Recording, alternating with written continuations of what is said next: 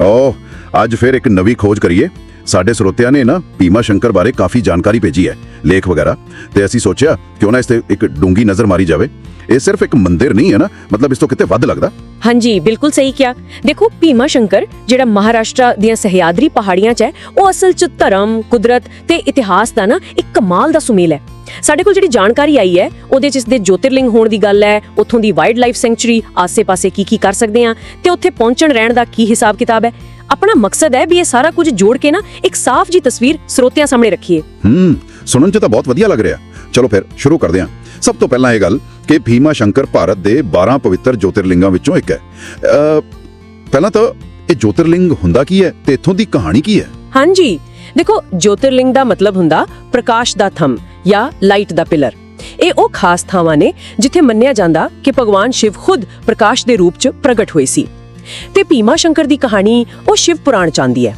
ਉੱਥੇ ਦੱਸਿਆ ਗਿਆ ਕਿ ਭਗਵਾਨ ਸ਼ਿਵ ਨੇ ਇੱਥੇ ਤ੍ਰਿਪੁਰਾਸੁਰ ਨਾਂ ਦੇ ਇੱਕ ਬੜੇ ਤਾਕਤਵਰ ਦੈਂਤ ਨੂੰ ਹਰਾਇਆ ਸੀਗਾ। ਅੱਛਾ, ਤ੍ਰਿਪੁਰਾਸੁਰ? ਹਾਂਜੀ, ਤੇ ਫਿਰ ਜਦੋਂ ਦੇਵਤਿਆਂ ਤੇ ਰਿਸ਼ੀਆਂ ਨੇ ਬੇਨਤੀ ਕੀਤੀ ਤਾਂ ਉਹ ਇੱਥੇ ਹਮੇਸ਼ਾ ਲਈ ਮਤਲਬ ਜੋਤਿਰਲਿੰਗ ਦੇ ਰੂਪ ਵਿੱਚ ਸਥਾਪਿਤ ਹੋ ਗਏ। ਇਸੇ ਕਰਕੇ ਫਿਰ ਇਸ ਥਾਂ ਦਾ ਨਾਮ ਭੀਮਾ ਸ਼ੰਕਰ ਪਿਆ। ਓ ਅੱਛਾ, ਇਹ ਕਾਰਨ ਹੈ। ਨਾਲੇ ਮੈਂ ਕਿਤੇ ਪੜਿਆ ਸੀ ਕਿ ਮੰਦਿਰ 'ਚ ਕੋਈ ਪੁਰਤਗਾਲੀ ਕੰਟੀ ਵੀ ਹੈ। ਉਹ ਕੀ ਚੱਕਰ ਹੈ? ਹਾਂਜੀ, ਇਹ ਵੀ ਇੱਕ ਦਿਲਚਸਪ ਗੱਲ ਹੈ। ਇਹ ਕੰਟੀ ਨਾ 1739 ਵਿੱਚ ਵਸਈ ਦੀ ਲੜਾਈ ਹੋਈ ਸੀ, ਜਿਹੜੀ ਮਰਾਠਿਆਂ ਨੇ ਪੁਰਤਗਾਲੀਆਂ ਨਾਲ ਜਿੱਤੀ ਸੀ। ਉਸ ਤੋਂ ਬਾਅਦ ਚਿਮਾਜੀ ਅੱਪਾ, ਜਿਹੜੇ ਬਾਜੀਰਾਓ ਪਹਿਲੇ ਦੇ ਭਰਾ ਸੀ, ਉਹਨਾਂ ਨੇ ਕੰਟੀ ਮੰਦਿਰ ਨੂੰ ਪੇਂਟ ਕੀਤੀ ਸੀ। ਅੱਛਾ। ਤੇ ਇੱਕ ਹੋਰ ਖਾਸ ਗੱਲ, ਇਹ ਥਾਂ ਸਿਰਫ ਸ਼ਿਵਜੀ ਕਰਕੇ ਹੀ ਮਸ਼ਹੂਰ ਨਹੀਂ, ਇਸ ਨੂੰ 51 ਸ਼ਕਤੀ ਪੀਠਾਂ ਵਿੱਚੋਂ ਵੀ ਇੱਕ ਮੰਨਿਆ ਜਾਂਦਾ ਹੈ, ਮਤਲਬ ਦੇਵੀ ਕਮਲਾਜਾ ਦਾ ਸਥਾਨ। ਓ ਵਾਹ। ਤੇ ਨਾਲ ਹੀ ਇਹ ਅਸ਼ਟ ਵਿਨਾਇਕ ਮੰਦਰਾਂ ਵਿੱਚੋਂ ਇੱਕ ਬਲਾਲੇਸ਼ਵਰ ਗਣੇਸ਼ ਦੇ ਨੇੜੇ ਵੀ ਹੈ ਤੇ ਉਹਦੇ ਨਾਲ ਵੀ ਜੁੜਿਆ ਹੋਇਆ, ਤਾਂ ਇਹ ਇੱਕ ਤਰ੍ਹਾਂ ਨਾਲ ਸ਼ਿਵ ਤੇ ਸ਼ਕਤੀ ਦੋਵਾਂ ਦੀ ਪੂਜਾ ਦਾ ਕੇਂਦਰ ਬਣ ਜਾਂਦਾ ਹੈ। ਇਹ ਤਾਂ ਫਿਰ ਹੋਰ ਵੀ ਖਾਸ ਹੋ ਗਿਆ। ਅੱਛਾ, ਜੇ ਕਿਸੇ ਨੇ ਦਰਸ਼ਨ ਕਰਨ ਜਾਣਾ ਹੋਵੇ ਤਾਂ ਮੰਦਿਰ ਦੇ ਟਾਈਮ ਵਗੈਰਾ ਕੀ ਨੇ ਤੇ ਉੱਥੇ ਕੋਈ ਖਾਸ ਪੂਜਾ ਜਾਂ ਰਸਮਾਂ ਹੁੰਦੀਆਂ? ਹਾਂਜੀ, ਮੰਦਿਰ ਸਵੇਰੇ 4:30 ਵਜੇ ਖੁੱਲ ਜਾਂਦਾ ਹੈ ਤੇ ਰਾਤ ਨੂੰ 9:30 ਵਜੇ ਤੱਕ ਦਰਸ਼ਨ ਹੁੰਦੇ ਨੇ। ਬਸ ਦੁਪਹਿਰੇ 3 ਤੋਂ 3:30 ਅੱਧੇ ਘੰਟੇ ਲਈ ਬੰਦ ਹੁੰਦਾ ਹੈ। ਸਵੇਰੇ ਸ਼ਾਮ ਆਰਤੀ ਤਾਂ ਹੁੰਦੀ ਹੀ ਹੈ। ਇਸ ਤੋਂ ਇਲਾਵਾ ਸ਼ਰਧਾਲੂ ਅਭਿਸ਼ੇਕਮ ਤੇ ਰੁਦਰਾਭਿਸ਼ੇਕ ਵਰਗੀਆਂ ਪੂਜਾ ਵੀ ਕਰਵਾ ਸਕਦੇ ਨੇ। ਇਹਦੇ 'ਚ ਸ਼ਿਵਲਿੰਗ ਦਾ ਦੁੱਧ, ਦਹੀਂ, ਘਿਓ, ਸ਼ਹਿਦ ਵਗੈਰਾ ਨਾਲ ਇਸ਼ਨਾਨ ਕਰਵਾਇਆ ਜਾਂਦਾ ਹੈ। ਤੇ ਹਾਂ, ਮੰਦਿਰ ਤੱਕ ਪਹੁੰਚਣ ਲਈ ਨਾ ਥੱਲਿਓਂ ਕੋਈ ਲਗਭਗ 230-240 ਪੌੜੀਆਂ ਚੜ੍ਹਨੀਆਂ ਪੈਂਦੀਆਂ ਨੇ। ਨੇੜੇ ਇੱਕ ਹੋਰ ਜਗ੍ਹਾ ਹੈ ਗੁਪਤ ਭੀਮਾ ਸ਼ੰਕਰ, ਕਹਿੰਦੇ ਨੇ ਉੱਥੋਂ ਭੀਮਾ ਨਦੀ ਨਿਕਲਦੀ ਹੈ, ਉਹ ਵੀ ਦੇਖਣ ਵਾਲੀ ਥਾਂ ਹੈ। ਠੀਕ ਹੈ, ਇਹ ਤਾਂ ਹੋਗੀ ਧਾਰਮਿਕ ਮਹੱਤਤਾ ਦੀ ਗੱਲ, ਪਰ ਜਿਵੇਂ ਤੁਸੀਂ ਸ਼ੁਰੂ 'ਚ ਕਿਹਾ ਸੀ, ਇੱਥੇ ਕੁਦਰਤ ਦਾ ਵੀ ਬਹੁਤ ਕੁਝ ਹੈ। ਉਹ ਜੰਗਲੀ ਜੀਵ ਸੈਂਚੁਰੀ ਬਾਰੇ ਦੱਸੋ ਥੋੜਾ। ਬਿਲਕੁਲ ਜੀ, ਇਹ ਇਲਾਕਾ ਕੁਦਰਤੀ ਤੌਰ ਤੇ ਬਹੁਤ ਅਮੀਰ ਹੈ। ਇਹ ਜਿਹੜੀ ਸੈਂਚੁਰੀ ਹੈ, ਇਹ 1984 'ਚ ਬਣੀ ਸੀ ਤੇ ਇਹਦਾ ਮੁੱਖ ਮਕਸਦ ਸੀ ਸ਼ੇਕਰੂ, ਯਾਨੀ ਕਿ ਇੰਡੀਅਨ ਜਾਇੰਟ ਸਕੁਇਰਲ, ਜਿਹਨੂੰ ਆਪਾਂ ਵਿਸ਼ਾਲ ਗਿਲਹਰੀ ਕਹਿੰਦੇ ਆ, ਉਹਦੀ ਰੱਖਿਆ ਕਰਨਾ। ਉਹ ਮਹਾਰਾਸ਼ਟਰ ਦਾ ਰਾਜ ਪਸ਼ੂ ਵੀ ਹੈ। ਅੱਛਾ, ਹਾਂਜੀ। ਕਿਉਂਕਿ ਇਹ ਪੱਛਮੀ ਘਾਟ ਦਾ ਹਿੱਸਾ ਹੈ, ਇੱਥੇ ਬਾਇਓਡਾਇਵਰਸਿਟੀ ਬਹੁਤ ਜ਼ਿਆਦਾ ਹੈ। ਮਤਲਬ ਕਈ ਕਿਸਮ ਦੀਆਂ ਦੁਰਲਭ ਜੜੀ ਬੂਟੀਆਂ, ਪੌਦੇ ਮਿਲਦੇ ਨੇ। ਜੰਗਲੀ ਜੀਵਾਂ 'ਚ ਜਿਵੇਂ ਤੇਂਦੂਆ ਹੋ ਗਿਆ, ਸਾਂਭਰ, ਬਾਕਿੰਗ ਡੀਅਰ ਜਾਂ ਭੌਂਕਣ ਵਾਲਾ ਹਿਰਨ, ਲੰਗੂਰ। ਪੰਛੀਆਂ ਦੀਆਂ ਵੀ ਕਾਫੀ ਕਿਸਮਾਂ ਨੇ, ਜਿਵੇਂ ਮਾਲਾਬਾਰ ਗ੍ਰੇ ਹੌਰਨਬਿਲ। ਤੇ ਇੱਕ ਬੜੀ ਹੀ ਅਨੋਖੀ ਚੀਜ਼ ਇੱਥੇ ਨਾ ਰਾਤ ਨੂੰ ਚਮਕਣ ਵਾਲੀ ਇੱਕ ਉੱਲੀ, ਇੱਕ ਫੰਗਸ ਮਿਲਦੀ ਹੈ, ਜਿਹਦਾ ਨਾਮ ਮਾਈਸੀਨਾ ਹੈ। ਸੱਚੀ? ਰਾਤ ਨੂੰ ਚਮਕਣ ਵਾਲੀ ਉੱਲੀ? ਇਹ ਤਾਂ ਕਮਾਲ ਦੀ ਗੱਲ ਹੈ, ਪਹਿਲੀ ਵਾਰ ਸੁਣਿਆ। ਤਾਂ ਫਿਰ ਜਿਹੜੇ ਲੋਕ ਉੱਥੇ ਜਾਂਦੇ ਨੇ ਉਹ ਹੋਰ ਕੀ ਕਰ ਸਕਦੇ ਨੇ, ਮਤਲਬ ਮੰਤਰ ਤੋਂ ਇਲਾਵਾ? ਕਰਨ ਲਈ ਤਾਂ ਜੀ ਬਹੁਤ ਕੁਝ ਹੈ। ਦੇਖੋ, ਜਿਹੜੇ ਟਰੈਕਿੰਗ ਦੇ ਸ਼ੌਕੀਨ ਨੇ ਉਹਨਾਂ ਲਈ ਤਾਂ ਵੱਖ-ਵੱਖ ਲੈਵਲ ਦੇ ਰਸਤੇ ਨੇ, ਕੁਝ ਸੌਖੇ, ਕੁਝ ਥੋੜੇ ਮੁਸ਼ਕਿਲ। ਇੱਕ ਬਹੁਤ ਹੀ ਖਾਸ ਤਜਰਬਾ ਹੁੰਦਾ ਜੂਨ ਦੇ ਸ਼ੁਰੂ 'ਚ, ਜਦੋਂ ਮੀਂਹ ਸ਼ੁਰੂ ਹੁੰਦੇ ਨੇ। ਉਦੋਂ ਨੇੜੇ ਇੱਕ ਪਿੰਡ ਹੈ ਪੋਰਗਿਰੀ, ਉੱਥੇ ਲੱਖਾਂ ਦੀ ਗਿਣਤੀ 'ਚ ਜੁਗਨੂ ਇਕੱਠੇ ਹੁੰਦੇ ਨੇ। ਵਾਹ, ਲੱਖਾਂ? ਹਾਂਜੀ, ਉਹ ਉਹਨਾਂ ਦਾ ਮੀਟਿੰਗ ਸੀਜ਼ਨ ਹੁੰਦਾ ਤੇ ਪੂਰਾ ਇਲਾਕਾ ਐਂ ਲੱਗਦਾ ਜਿਵੇਂ ਤਾਰਿਆਂ ਨਾਲ ਭਰ ਗਿਆ ਹੋਵੇ। ਬਿਲਕੁਲ ਜਾਦੂਈ ਨਜ਼ਾਰਾ ਹੁੰਦਾ। ਇਹ ਤਾਂ ਜ਼ਰੂਰ ਦੇਖਣ ਵਾਲਾ ਹੋਊਗਾ। ਬਿਲਕੁਲ। ਇਸ ਤੋਂ ਇਲਾਵਾ ਹਨੂਮਾਨ ਝੀਲ ਹੈ, ਉੱਥੇ ਪਿਕਨਿਕ ਵਗੈਰਾ ਲਈ ਜਾ ਸਕਦੇ ਨੇ। ਪੰਛੀ ਦੇਖਣ ਲਈ ਵੀ ਵਧੀਆ ਥਾਂ ਹੈ। ਤੇ ਜੇ ਕਿਸੇ ਨੂੰ ਇਤਿਹਾਸ 'ਚ ਦਿਲਚਸਪੀ ਹੈ ਤਾਂ ਨੇੜੇ ਹੀ ਜੁਨਾਰ ਦੀਆਂ ਗੁਫਾਵਾਂ ਨੇ, ਜਿਹੜੀਆਂ ਬਹੁਤ ਪੁਰਾਣੀਆਂ ਬੋਧੀ ਗੁਫਾਵਾਂ ਨੇ। ਕਹਿੰਦੇ ਨੇ 200 ਤੋਂ ਵੀ ਵੱਧ ਨੇ। ਕਮਾਲ ਹੈ, ਮਤਲਬ ਹਰ ਕਿਸੇ ਲਈ ਕੁਝ ਨਾ ਕੁਝ ਹੈਗਾ ਉੱਥੇ। ਅੱਛਾ, ਜੇ ਗੱਲ ਕਰੀਏ ਪਹੁੰਚਣ ਦੀ ਤੇ ਰਹਿਣ ਦੀ, ਉਹਦਾ ਕੀ ਪ੍ਰਬੰਧ ਹੈ? ਕਿੰਨਾ ਸੌਖਾ ਔਖਾ? ਪਹੁੰਚਣਾ ਦੇਖੋ ਕੋਈ ਬਹੁਤਾ ਔਖਾ ਨਹੀਂ। ਪੁਣੇ ਤੋਂ ਇਹ ਤਕਰੀਬਨ 100 ਕਿਲੋਮੀਟਰ ਹੈ। ਮੁੰਬਈ ਤੋਂ ਵੀ ਠੀਕ-ਠਾਕ ਦੂਰੀ ਤੇ ਹੈ। ਬੱਸਾਂ ਜਾਂ ਟੈਕਸੀ, ਕਾਰ ਵਗੈਰਾ ਆਰਾਮ ਨਾਲ ਮਿਲ ਜਾਂਦੀ ਹੈ। ਸ਼ੇਅਰ ਟੈਕਸੀਆਂ ਵੀ ਚੱਲਦੀਆਂ ਨੇ। ਰਹਿਣ ਲਈ ਵੀ ਕਈ ਆਪਸ਼ਨਾਂ ਨੇ। ਇੱਕ ਤਾਂ ਮੰਦਰ ਟਰਸਟ ਦੀ ਆਪਣੀ ਰਿਹਾਇਸ਼ ਹੈ, ਜਿਹੜੀ ਕਾਫੀ ਸਸਤੀ ਪੈਂਦੀ ਹੈ, ਮਤਲਬ 600 ਤੋਂ 1200 ਰੁਪਏ ਤੱਕ ਦੇ ਕਮਰੇ। ਫਿਰ ਸਰਕਾਰੀ MTDC ਦਾ ਰਿਜ਼ੋਰਟ ਵੀ ਹੈਗਾ, ਉਹ ਥੋੜਾ ਮਹਿੰਗਾ, ਕੋਈ 1800 ਤੋਂ 3000 ਤੱਕ। ਤੇ ਕੁਝ ਪ੍ਰਾਈਵੇਟ ਹੋਟਲ, ਗੈਸਟ ਹਾਊਸ ਵੀ ਨੇ, 1200 ਤੋਂ 4500 ਦੇ ਕਰੀਬ। ਨਾਲੇ ਅੱਜਕੱਲ ਹੋਮ ਸਟੇ ਦਾ ਵੀ ਰਿਵਾਜ ਹੈ, ਉਹ ਵੀ 1500-2500 ਚ ਮਿਲ ਜਾਂਦੇ ਨੇ। ਠੀਕ ਹੈ। ਪਰ ਹਾਂ, ਜੇ ਕੋਈ ਤਿਉਹਾਰ ਹੋਵੇ ਜਾਂ ਛੁੱਟੀਆਂ ਦਾ ਸੀਜ਼ਨ, ਉਦੋਂ ਪਹਿਲਾਂ ਬੁਕਿੰਗ ਕਰਾ ਲੈਣੀ ਚੰਗੀ ਰਹਿੰਦੀ ਹੈ, ਕਿਉਂਕਿ ਫਿਰ ਭੀੜ ਵੀ ਹੁੰਦੀ ਹੈ ਤੇ ਰੇਟ ਵੀ ਵੱਧ ਜਾਂਦੇ ਨੇ। ਸਹੀ ਗੱਲ ਹੈ। ਤਾਂ ਕੁੱਲ ਮਿਲਾ ਕੇ ਭੀਮਾ ਸ਼ੰਕਰ ਵਾਕਈ 'ਚ ਮਤਲਬ ਧਰਮ, ਕੁਦਰਤ, ਇਤਿਹਾਸ, ਰੋਮਾਂਚ ਸਭ ਕੁਝ ਇਕੱਠੇ ਮਿਲ ਜਾਂਦਾ। ज्योतिर्लिंग ਦੇ ਦਰਸ਼ਨ ਕਰੋ, ਫਿਰ ਜੰਗਲ 'ਚ ਸ਼ੇਰ ਨੂੰ ਲੱਭੋ, ਟਰੈਕਿੰਗ ਕਰੋ, ਰਾਤ ਨੂੰ ਜੁਗਨੂ ਦੇਖੋ, ਬਹੁਤ ਕੁਝ ਕਰਨ ਨੂੰ। ਹਾਂ ਜੀ ਬਿਲਕੁਲ। ਤੇ ਇਹਨਾਂ ਜਿਵੇਂ ਅੱਜਕੱਲ ਭਾਰਤ 'ਚ ਧਾਰਮਿਕ ਤੇ ਨਾਲ ਹੀ ਐਕਸਪੀਰੀਐਂਸ਼ੀਅਲ ਟੂਰਿਜ਼ਮ ਵਧ ਰਿਹਾ ਹੈ, ਉਹਦੀ ਇੱਕ ਵਧੀਆ ਉਦਾਹਰਣ ਹੈ। ਲੋਕ ਹੁਣ ਸਿਰਫ ਮੰਦਰ ਮੱਥਾ ਟੇਕਣ ਨਹੀਂ ਜਾਂਦੇ, ਨਾਲ ਕੁਦਰਤ ਦਾ ਆਨੰਦ ਵੀ ਮਾਣਨਾ ਚਾਹੁੰਦੇ ਨੇ, ਕੁਝ ਐਡਵੈਂਚਰ ਵੀ ਕਰਨਾ ਚਾਹੁੰਦੇ ਨੇ। ਖਾਸ ਕਰਕੇ ਕੋਵਿਡ ਤੋਂ ਬਾਅਦ ਹੀ ਰੁਝਾਨ ਵਧਿਆ ਹੈ। ਕੁਝ ਰਿਪੋਰਟਾਂ ਤਾਂ ਕਹਿੰਦੀਆਂ ਨੇ ਕਿ ਭਾਰਤ ਦੇ ਘਰੇਲੂ ਸੈਰ ਸਪਾਟੇ ਦਾ ਸ਼ਾਇਦ 60% ਹਿੱਸਾ ਧਾਰਮਿਕ ਯਾਤਰਾਵਾਂ ਦਾ ਹੁੰਦਾ ਹੈ। ਹਾਂ ਇਹ ਤਾਂ ਹੈ। ਨਾਲ ਇਹ ਵੀ ਦੇਖਣ ਵਾਲੀ ਗੱਲ ਹੈ ਕਿ ਇਹੋ ਜਿਹੀਆਂ ਥਾਵਾਂ ਆਸ-ਪਾਸ ਦੀ ਆਰਥਿਕਤਾ ਲਈ ਕਿੰਨੀਆਂ ਜ਼ਰੂਰੀ ਹੋ ਜਾਂਦੀਆਂ ਨੇ। ਜਿਵੇਂ ਆਪਾਂ ਯੂਪੀ 'ਚ ਦੇਖਦੇ ਹਾਂ, ਵਾਰਾਣਸੀ ਜਾਂ ਅਯੋਧਿਆ ਵਰਗੇ ਸ਼ਹਿਰਾਂ 'ਚ ਜਦੋਂ ਇਨਫਰਾਸਟ੍ਰਕਚਰ ਵਧੀਆ ਹੋਇਆ ਤਾਂ ਟੂਰਿਜ਼ਮ ਕਿੰਨਾ ਵਧੀਆ ਤੇ ਲੋਕਲ ਇਕਾਨਮੀ ਨੂੰ ਕਿੰਨਾ ਫਾਇਦਾ ਹੋਇਆ। ਬਿਲਕੁਲ, ਪਰ ਇਹਦੇ ਨਾਲ ਹੀ ਇੱਕ ਅਹਿਮ ਸਵਾਲ ਵੀ ਜੁੜਿਆ ਹੋਇਆ ਹੈ ਤੇ ਇਹੀ ਸ਼ਾਇਦ ਸਾਡੇ ਸਰੋਤਿਆਂ ਲਈ ਅੱਜ ਦਾ ਸੋਚਣ ਵਾਲਾ ਨੁਕਤਾ ਹੋ ਸਕਦਾ ਹੈ ਕਿ ਜਿਵੇਂ-ਜਿਵੇਂ ਭੀਮਾ ਸ਼ੰਕਰ ਵਰਗੀਆਂ ਥਾਵਾਂ ਜਿਹੜੀਆਂ ਪਵਿੱਤਰ ਵੀ ਨੇ ਤੇ ਕੁਦਰਤੀ ਤੌਰ ਤੇ ਨਾਜ਼ੁਕ ਵੀ, ਉੱਥੇ ਸੈਲਾਨੀਆਂ ਦੀ ਗਿਣਤੀ ਵੱਧਦੀ ਹੈ, ਤਾਂ ਅਸੀਂ ਉਸ ਥਾਂ ਦੀ ਪਵਿੱਤਰਤਾ ਤੇ ਉਹਦੇ ਵਾਤਾਵਰਣ ਨੂੰ ਕਿਵੇਂ ਬਚਾ ਕੇ ਰੱਖ ਸਕਦੇ ਹਾਂ? ਮਤਲਬ ਬਹੁਤੀ ਭੀੜ, ਇਹ ਸਭ ਕਿਵੇਂ ਯਕੀਨੀ ਬਣਾਇਆ ਜਾਵੇ? ਇਹ ਇੱਕ ਵੱਡੀ ਚੁਣੌਤੀ ਹੈ जिस बारे ਸਾਨੂੰ ਸਭ ਨੂੰ सोचना पड़ना। खुशामदीद, आज हम कुछ जराए पर बात करेंगे जो भीमा शंकर के बारे में है। हमारे पास ट्रैवल ब्लॉग्स हैं, मंदिर की मालूमात, कुछ वाइल्ड लाइफ रिपोर्ट्स और थोड़ा तारीखी पस मंजर भी। जी बिल्कुल। तो आइए देखते हैं कि ये सब मिलकर इस जगह की क्या तस्वीर बनाते हैं। सुना है ये सह्याद्री पहाड़ियों में है। जी हाँ, वही है।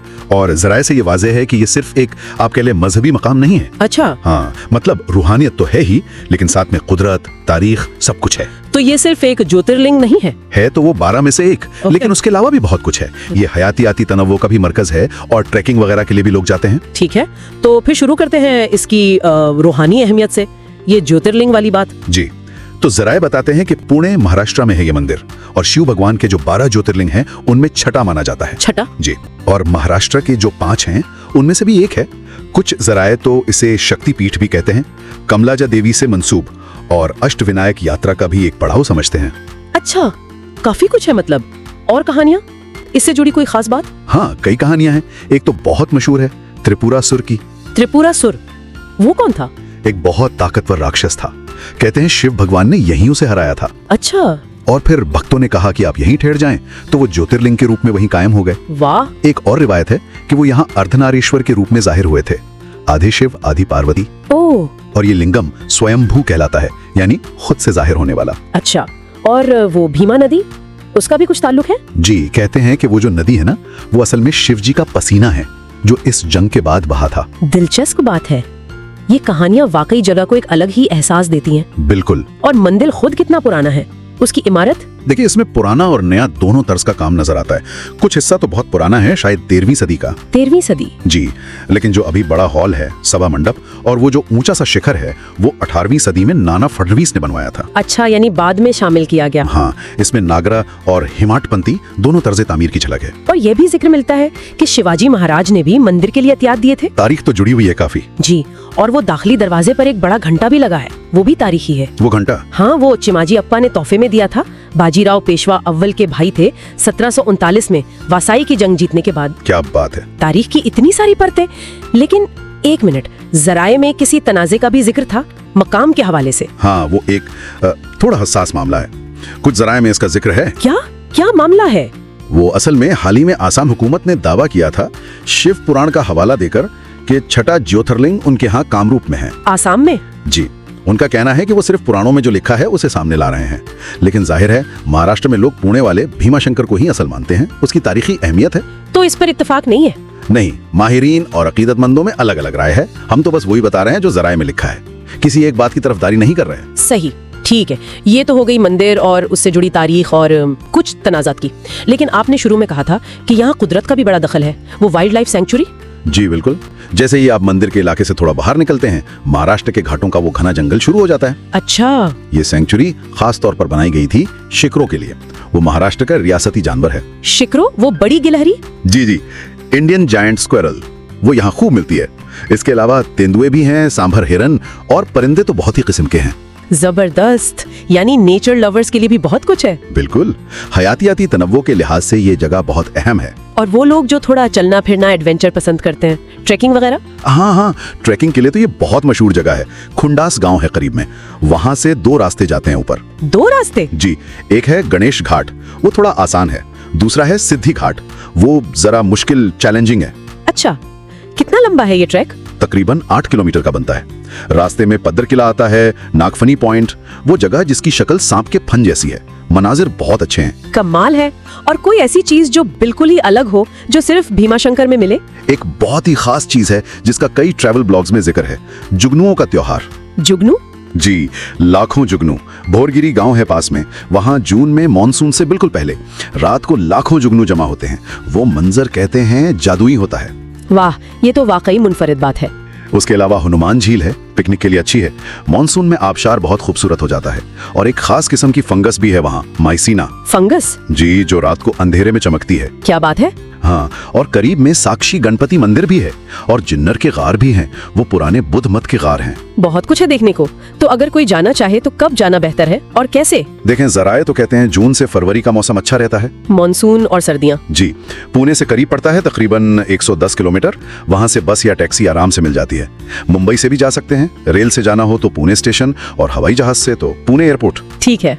और मंदिर के औकात और वहाँ कुछ खास ख्याल रखने वाली बात? मंदिर तो सुबह जल्दी खुल जाता है, तकरीबन 4:30 बजे, और रात 9:30 तक खुला रहता है। पूजा वगैरह जैसे अभिषेकम, रुद्राभिषेकम, वो दिन भर चलती रहती हैं। और लिबास वगैरह? हाँ, इसका जिक्र मिलता है कि जरा शाइस्ता लिबास पहनना बेहतर है।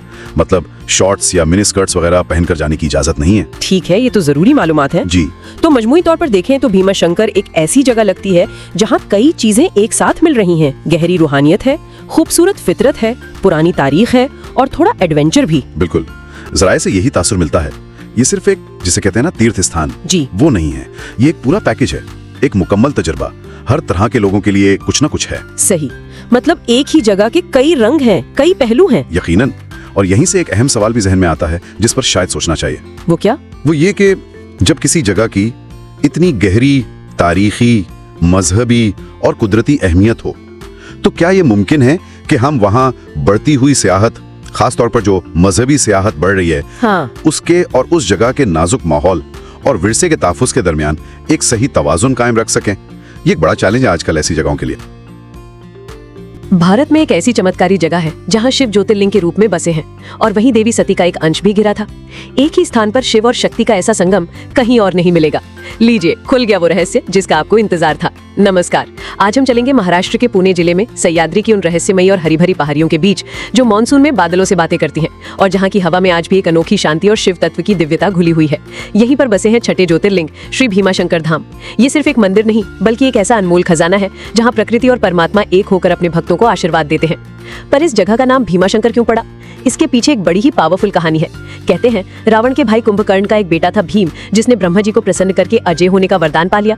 लेकिन शक्ति के नशे में वो इतना चूर हो गया कि उसने देवताओं और ऋषियों पर अत्याचार करना शुरू कर दिया। हद तो तब हो गई जब उसने कामरूपेश्वर नाम के एक परम शिव भक्त को बंदी बनाकर कहा कि शिव की नहीं मेरी पूजा करो। भक्त के इसी अपमान से महादेव का तीसरा नेत्र खुल गया और उन्होंने उस अभिमानी राक्षस का यहीं पर संहार किया।